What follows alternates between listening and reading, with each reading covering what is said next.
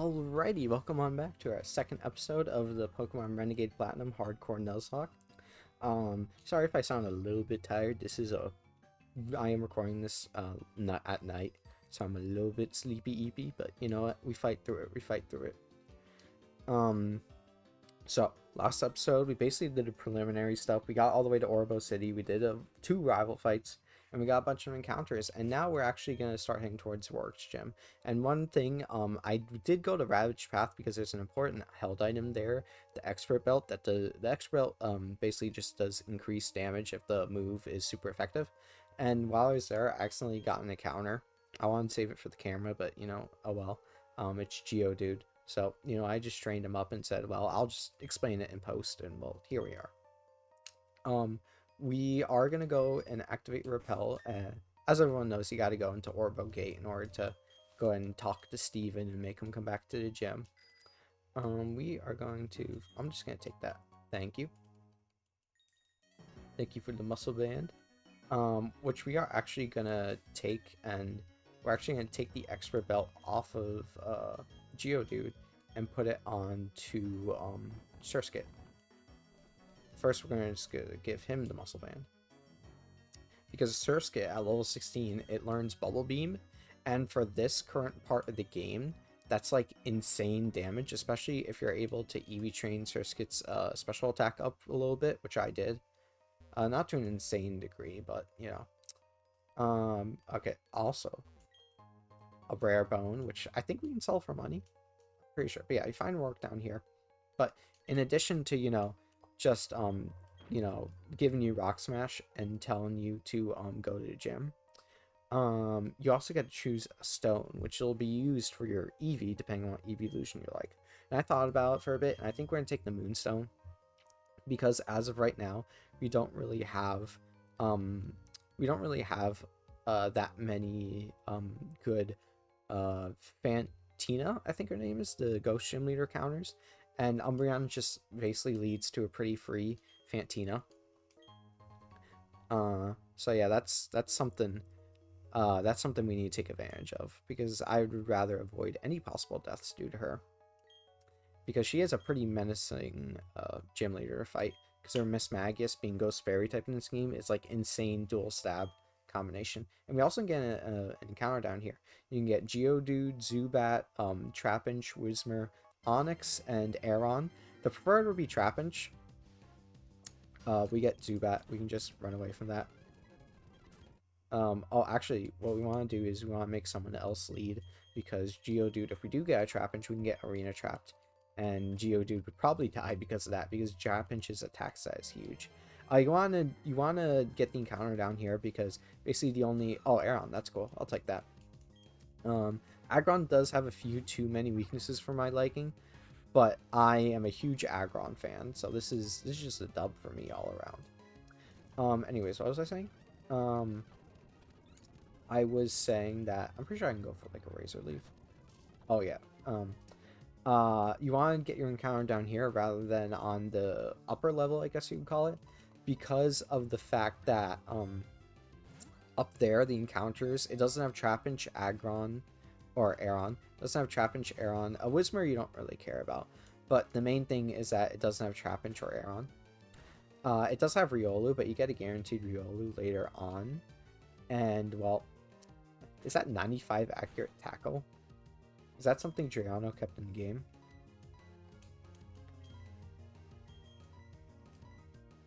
No, that's 100% accurate tackle. Oh, I got mud slapped. Okay, that makes sense. But yeah. So I'd just getting your encounter down here, because the power in the encounters is just like, it's really good. You not say Lucario's amazing. Lucario's amazing, but the fact that you get a guaranteed one makes it to where you can use, you aren't hurt by allocating the encounter to this area, because Riolu isn't in this room. That's the main reason why I'm saying all this. What are you gonna name you? I'm gonna name you Colossus because of steel and stuff. Actually, no, I'm gonna name you Godzilla. Yeah, Godzilla. Because Aggron is literally supposed to be a kaiju. I love Godzilla. Oh my god. Godzilla is one of my favorite things ever. Just giant ass monsters. Hell yeah. Hell yeah. It also makes sense because even though Godzilla is like, okay, well, Godzilla is king of the monsters, but since, you know, it can reproduce by itself, I suppose it's technically androgynous or anything. Or there's a word for it. I'm not smart enough to know the word for creatures that can self reproduce, but like more towards like what their identification of like their sex or gender is. I don't know. I'm not gonna make myself look like an asshole or look stupid trying to guess at it. But yeah, we're just gonna go ahead and get out of here. Let me out. Okay, there we go.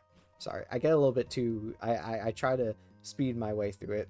Pun intended. It would speed up a lot of times. So yeah. Agron. Aeron doesn't really change our strategy here much for the gym. I'm not gonna add to the team because a lot of Roark's Pokemon carry. A lot of Roark's Pokemon carry Bulldoze, and that is quad effective against Aeron. But we are going to go up here. In Route 207, you get him a Chop, you can get a Geodude, you can get a Larvitar, which is what we really want, you can get Ponyta, and I feel like I'm forgetting something. You can get Rhyhorn as well, and Phanpy, which a multitude of those would be very good for us. We're going to go ahead and lead Uguay once again. Obviously, the best, theoretically, would be Larvitar. Rhyhorn is still very good. Well, it's like good right now. This is like when it's at its peak IMO. Oh shit. If we Razor Leaf it, it's probably gonna die, but Tackle's gonna do like negligible damage at best. We're just gonna go ahead and like just go for it. Yeah. There we go. Hopefully, I don't think Rhyhorn's that hard to catch. Yeah, no. And we're gonna name it Rhino. After Spider-Man Rhino. That's the best thing I can think of.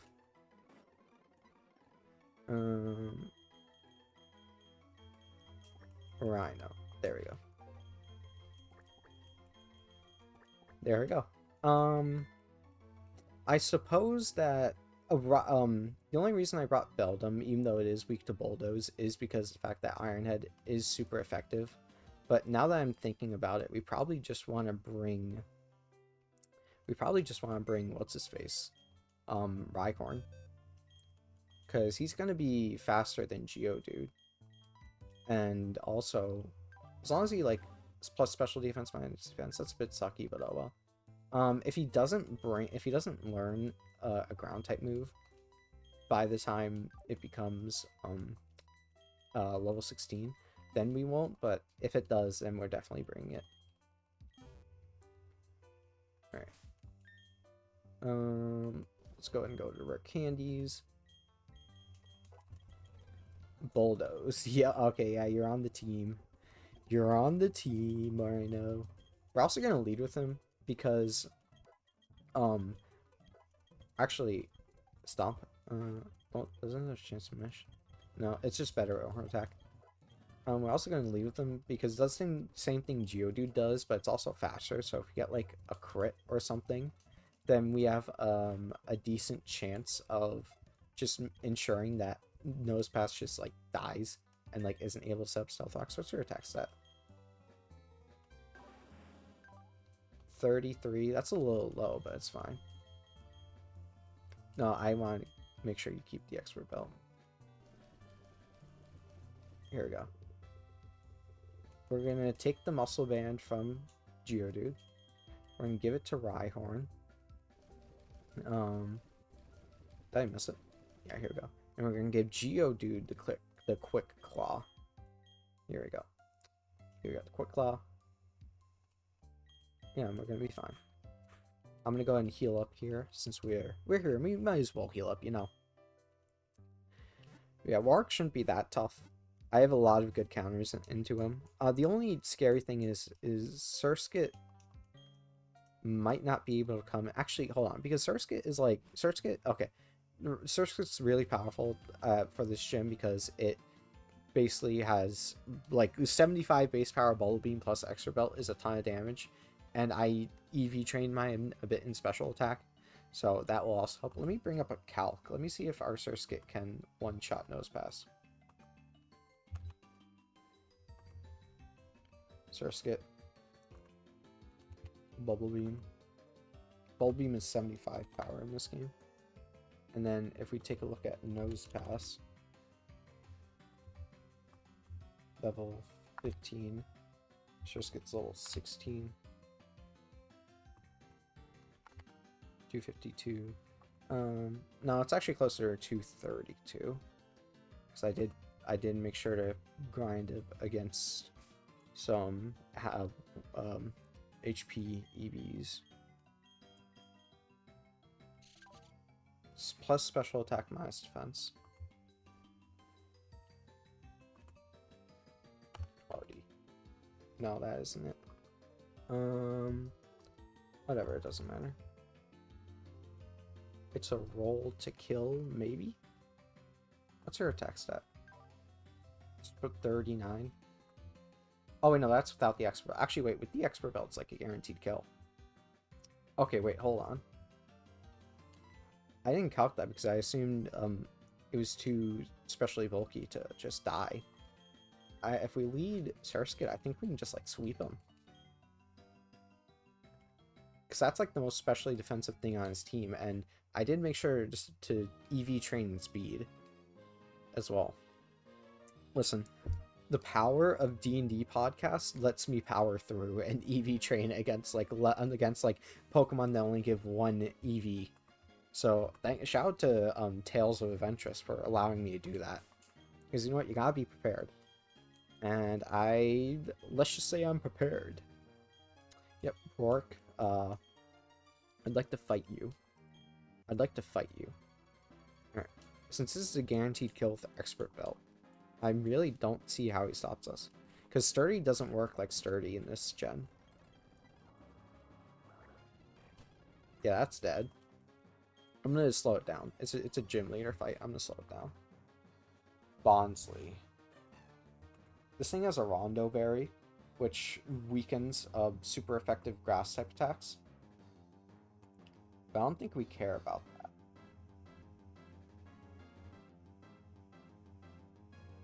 Yeah, I can't really do anything to stop us too.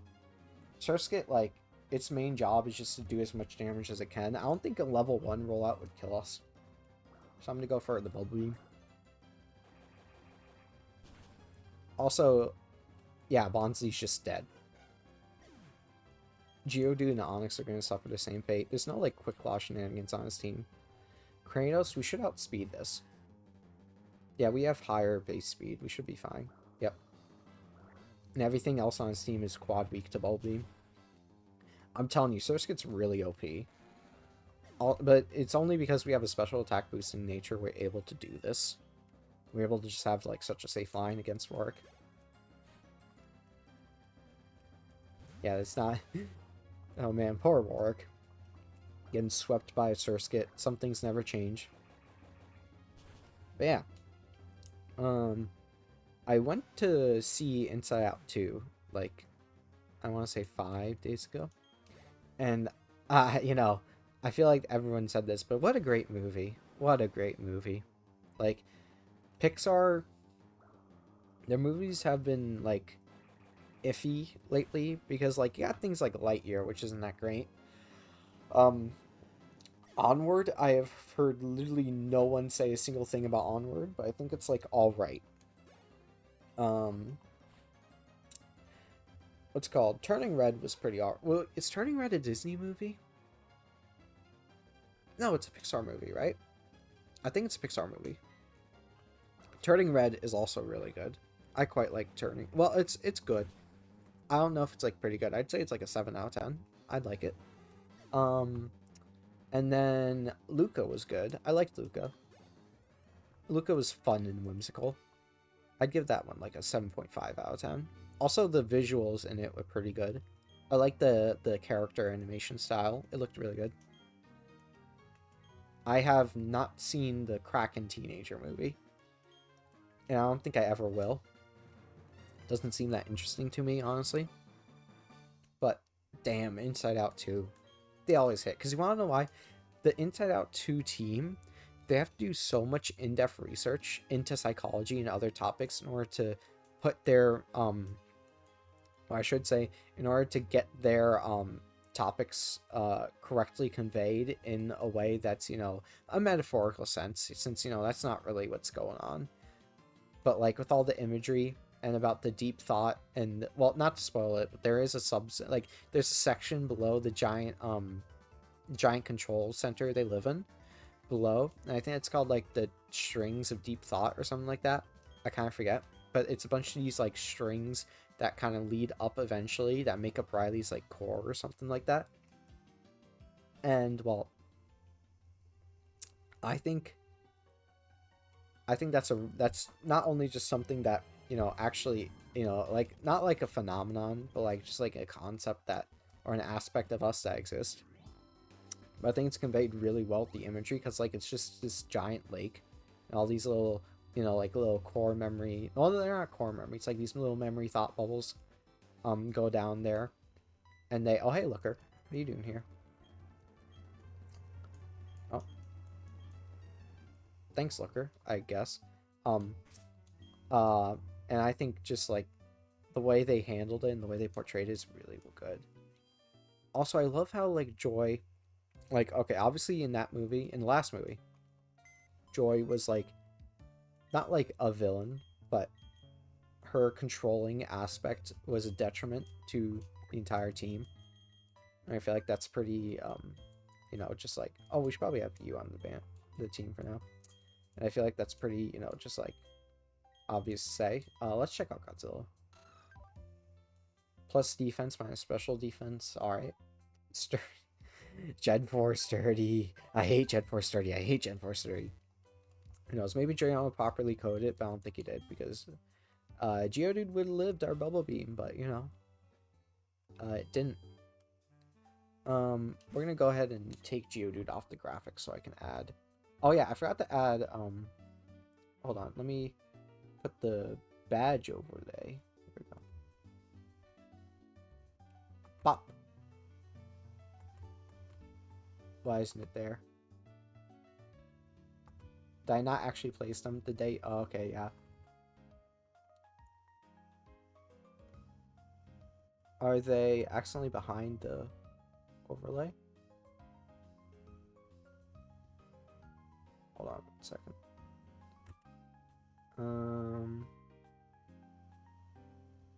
Order. Nope, okay. Okay, I know what I gotta do. I'm gonna have to fix this next episode.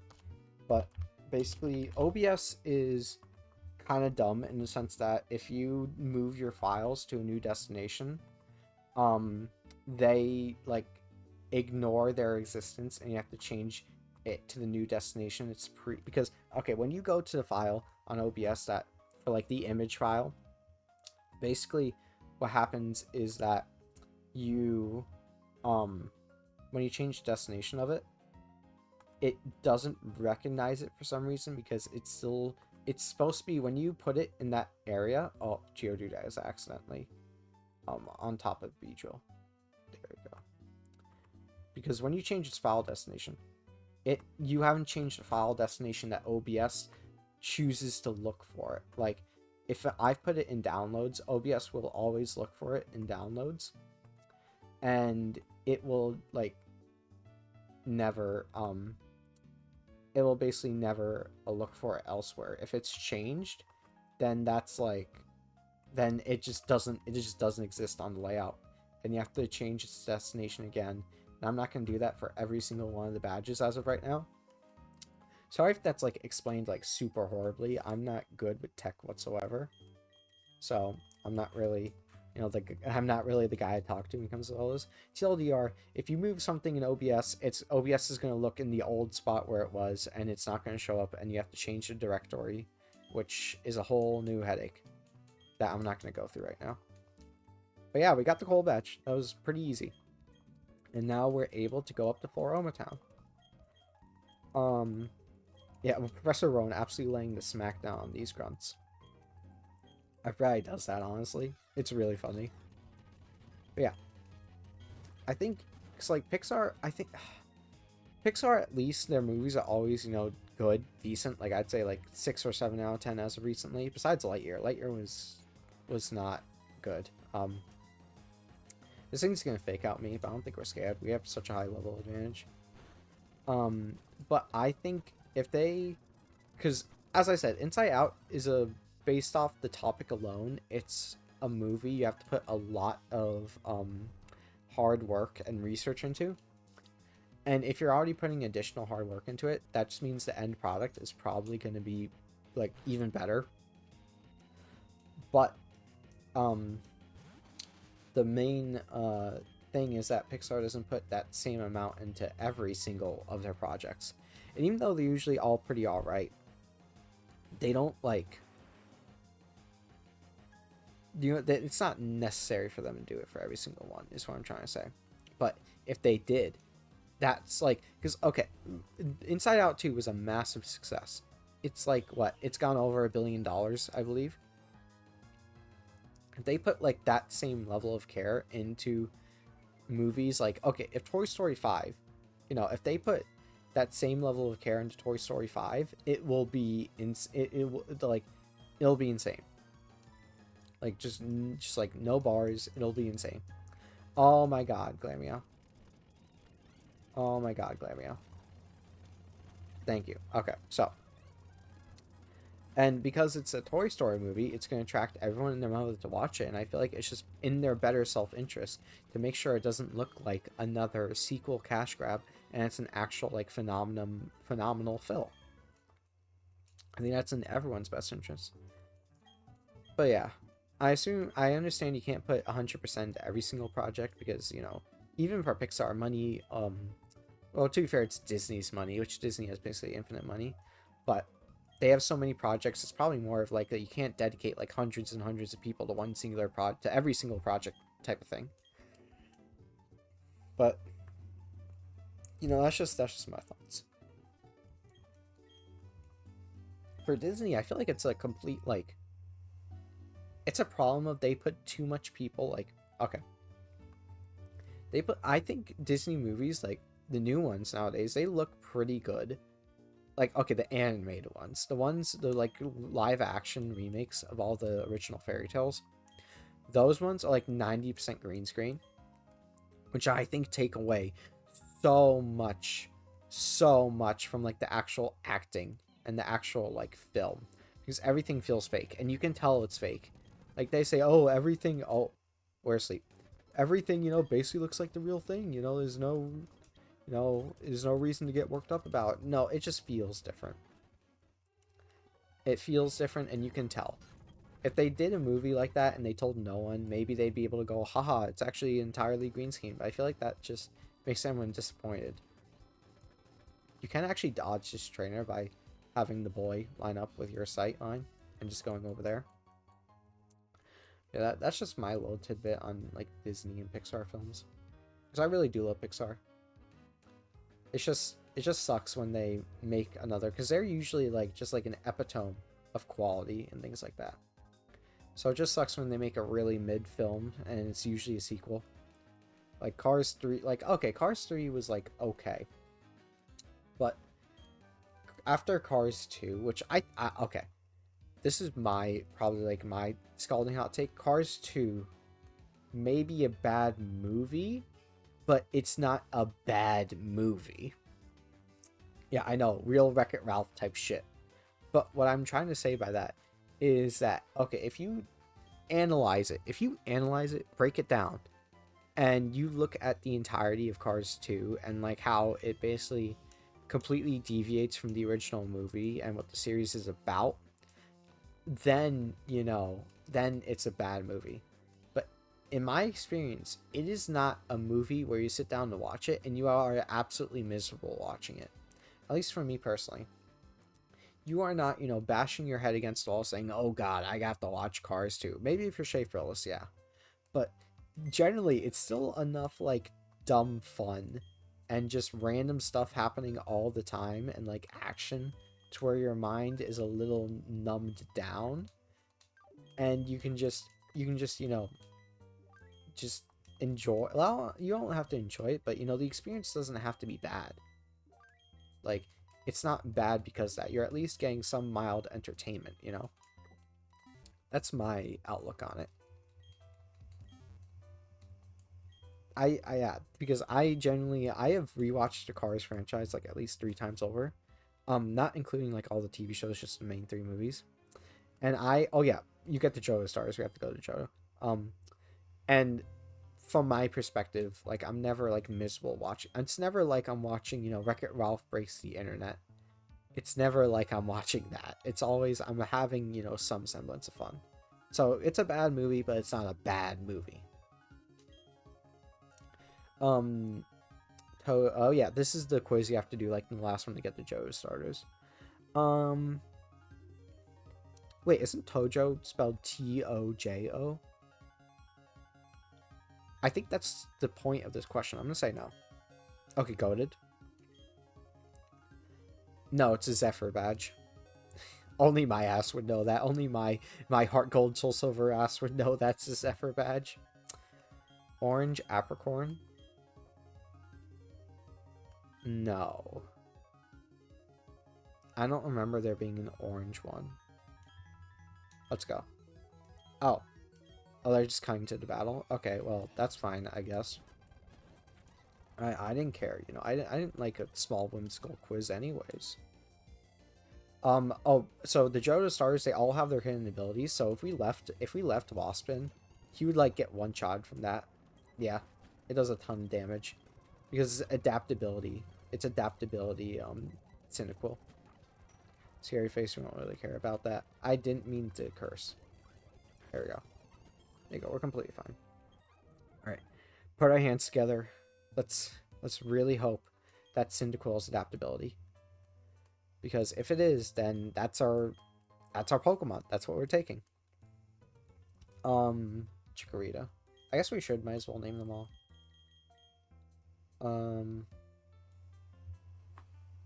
What do I name you? I already named... I guess we can reuse the name, yeah, because we didn't end up taking Bulbasaur. We can just reuse the name. Swamp thing.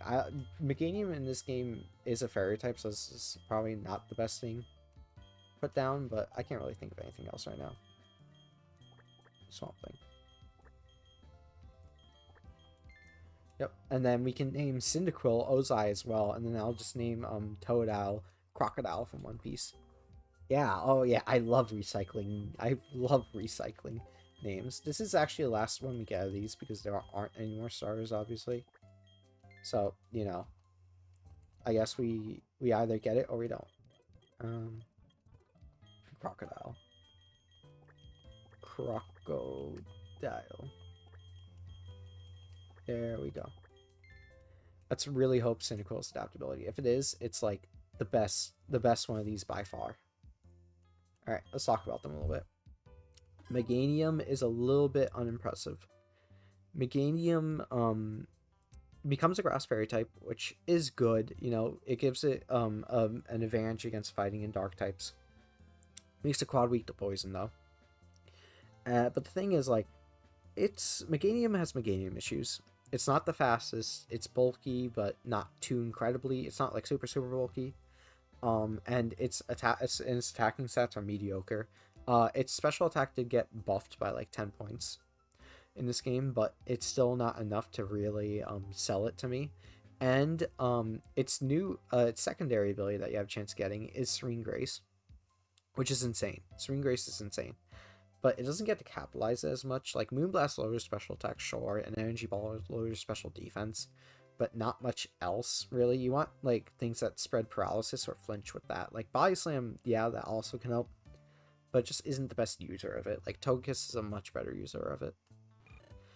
And we missed the adaptability check. Okay. Well, Cyndaquil with adaptability would have been insane, but we missed it, unfortunately. So that sucks pretty badly. We got Intimidate Toadal, though. Cyndaquil without adaptability just isn't good. It isn't that great at all. We're going to be... Oh, the only thing is we're not going to have a fire type for Gardenia. We're We're gonna have Beedrill. We're gonna have Zubat.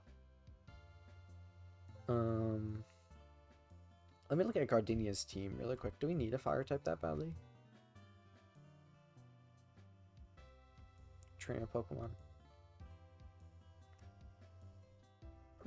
Gardenia. Show me Gardenia.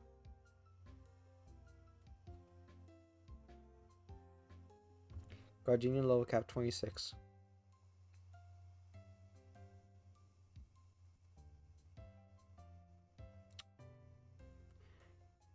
It seems like she doesn't really have a dedicated poison type counter besides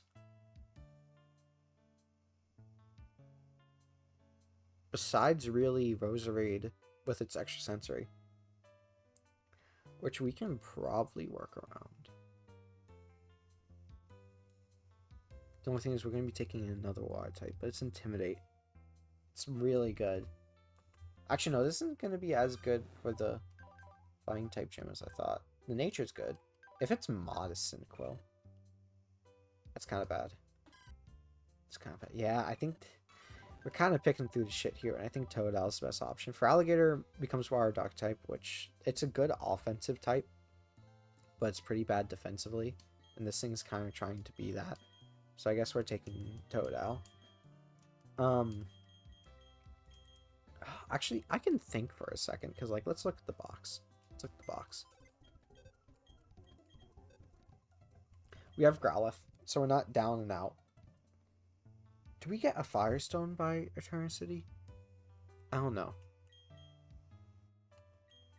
Beldum can help. Beldum actually kind of just straight up counters Roserade. Does Roserade have any, like, annoying status?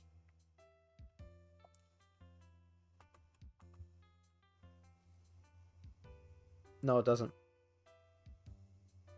The worst thing it's going to be doing to us is Technician Magical Leafs, which is going to suck, but Zen Headbutt should, like, just kill that thing outright. And then we can switch back into Beedrill and probably Twin Needle our way to victory. Yeah, okay. I'm banishing Cyndaquil and Chikorita. Listen, Cyndaquil could have been, like, one of the best encounters in this run, but okay, I suppose we did hit the eventually Drizzle. The eventually Drizzle Blastoise, so we can't really complain that much.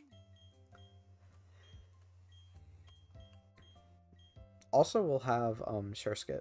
And Surskit, even though it'll be taking neutral in its Masquerain because Masquerain is Bug Water, its Bug Buzzes will be fine. Yeah, we have enough stuff for Gardenia. We have enough stuff for Gardenia. We can bring Rhino back in. And we can put you back. For, I guess you. And then I guess we'll put Beldum on the team. We're not gonna fight Mars today. We're gonna open up with Mars next episode. We're just gonna go up and take care of business with the what's-its-face. We're gonna take care of business with the Team Plasma team. It's not Plasma, Galactic. Team Galactic runs near the flower fields, which we have to go over here first. But first, we have to grab a few things.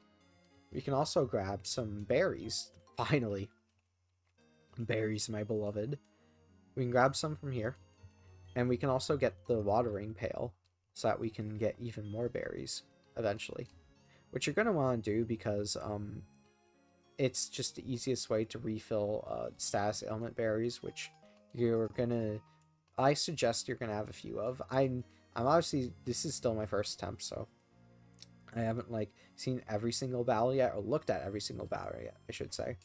But just from experience, Nuzlocke and Dreyano's games, he loves to give a lot of Pokemon, you know, like Thunder Wave, Hypnosis, shit like that.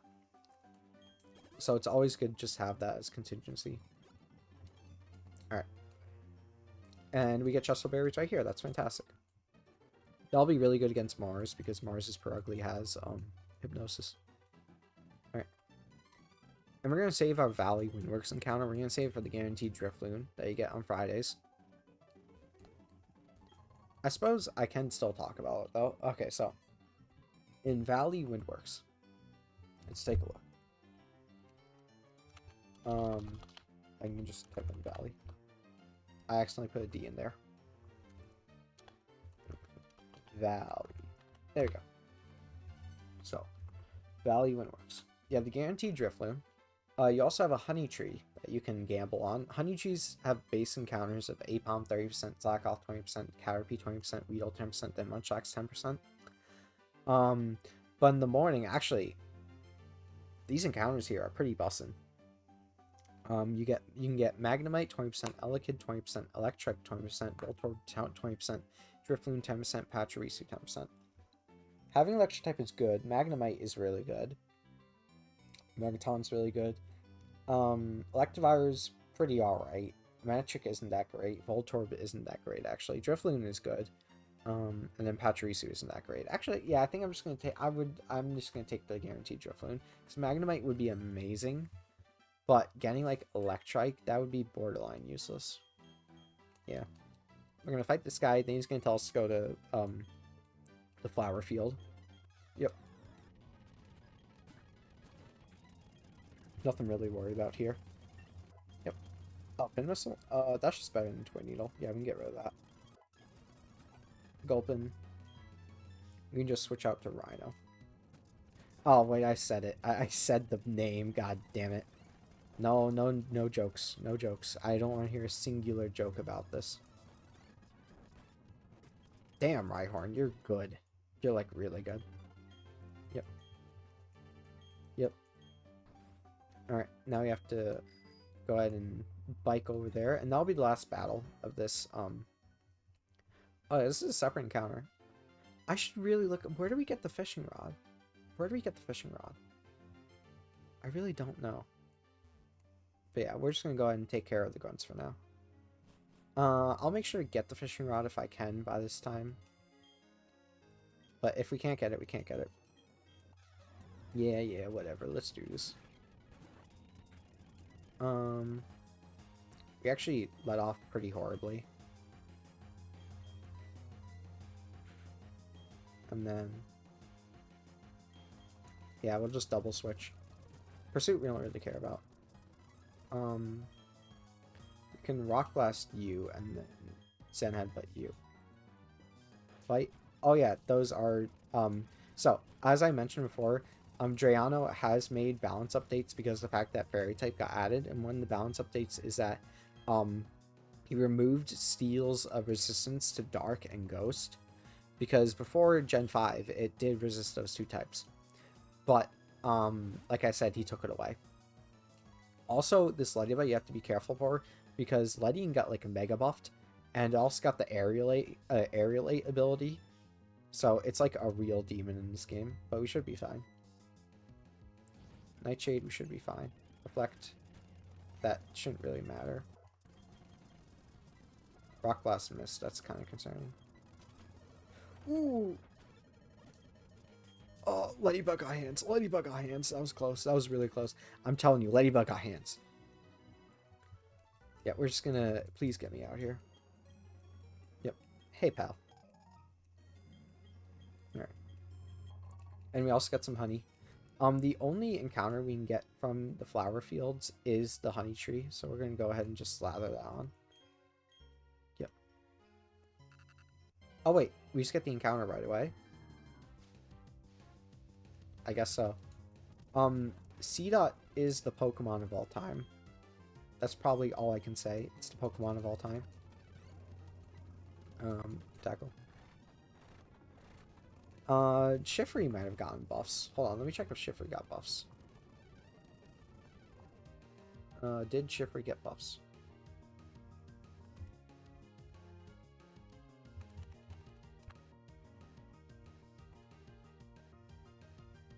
Oh, it didn't get buffs. It's still a Shitmon. I mean, got Nasty Plot, I guess. And Icy Wind.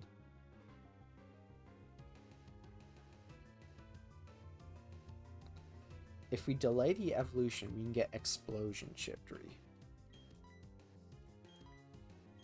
I don't... Yeah, Professional Shitmon alert. Professional Shitmon alert. What do we even name this thing? I don't care. You're Groot. Yeah, you can be Groot. Alright. Groot. That's Groose. Groose. No, he's not a Skyward Sword character. Let me just make sure this is a new place. Also, is there anything here? Yo, you got any grapes?